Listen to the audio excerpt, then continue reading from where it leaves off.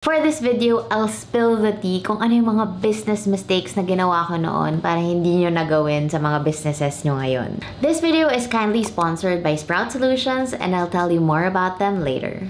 Hello lovely human, welcome back. And if you are new here, I am Riza and I talk about business, productivity, my imperfect zero-waste life, and everything self-care. So you probably clicked this video because you are looking at building your own business or you already have a business pero gusto mo malaman kung ano pa ba yung mga pwede mong iwasang pagkakamali sa negosyo mo. Either way, I got you.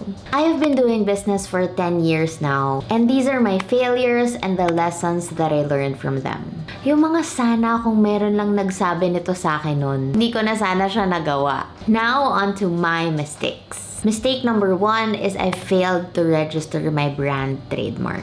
And friends, we lost millions of potential income here. So we had this clothing brand called Ambush Clothing. Actually, way back pa to business ni Josh. Parang sinimulan niya to 2010 or 2011. Then he had to pause it. And then we relaunched it around 2020. So, nung 2020, as in ang ganda ng sales, ganda na ng product, ganda na ng feedback. As in parang roughly siguro mga nakaka 50,000 sales kami doon a day. And then, I got this email, a cease and desist email from an Ambush Clothing brand from Japan. Adi, I was stunned, right?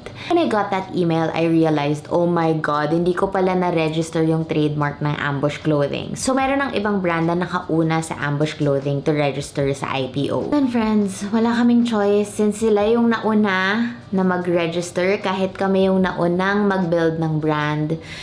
Wala na po tayong choice. If hindi mo ma-register yung brand mo, mas may karapatan yung unang nag-register sa IPO. So friends, ang lesson dyan, please register your brand trademarks on IPO. Second mistake is not delegating enough. Nung nag-uumpisa pa lang ako sa business, parang nangihinayang pa ako nun mag-hire kasi feeling ko, shucks, kaya ko naman eh. Sayang pera, ako na lang gagawa nito lahat. Hanggang sa pagod na ako. Hindi ko na kaya, ang init ng ulo ko kay Josh lagi. Kasi alam mo yun, parang kaming dalawa lang yung laging nag-work on that particular business. And then on hindsight, knowing what I know now, parang dapat pala hindi ko siya sinarili. Dapat pala I asked for help early on. Kasi I realized, friends, that it's really great to invest in people and systems that would make your life easier as an owner. Thankfully, right now, I already have an entire amazing team who works alongside me to make things happen. I also explored outsourcing some of our departments to really make sure na you have experts to work on your business. Tapos talaga, it really did make our life better and more efficient.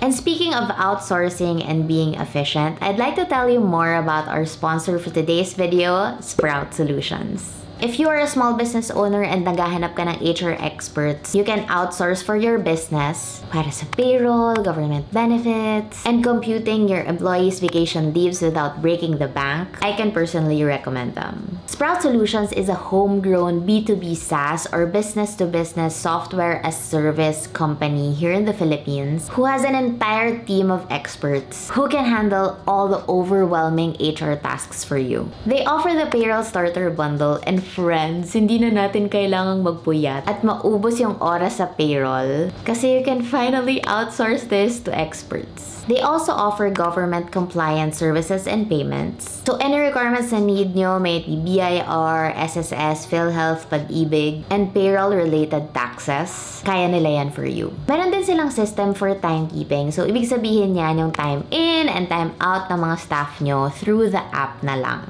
Naalala ko dati meron pa kaming manual na time in, time out, ganun.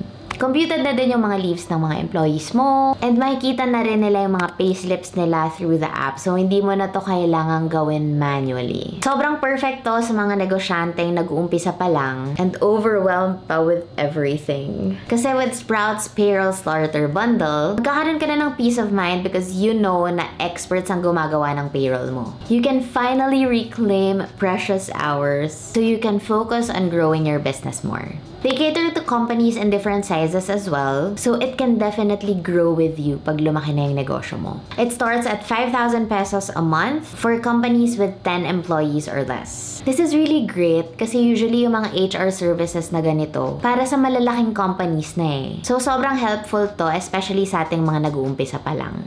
Third business mistake is not looking at my cash flow. I can categorize myself as a creative entrepreneur. So sa totoo lang, numbers really overwhelm me, pero gosh, sobrang kailangan pala talaga siya.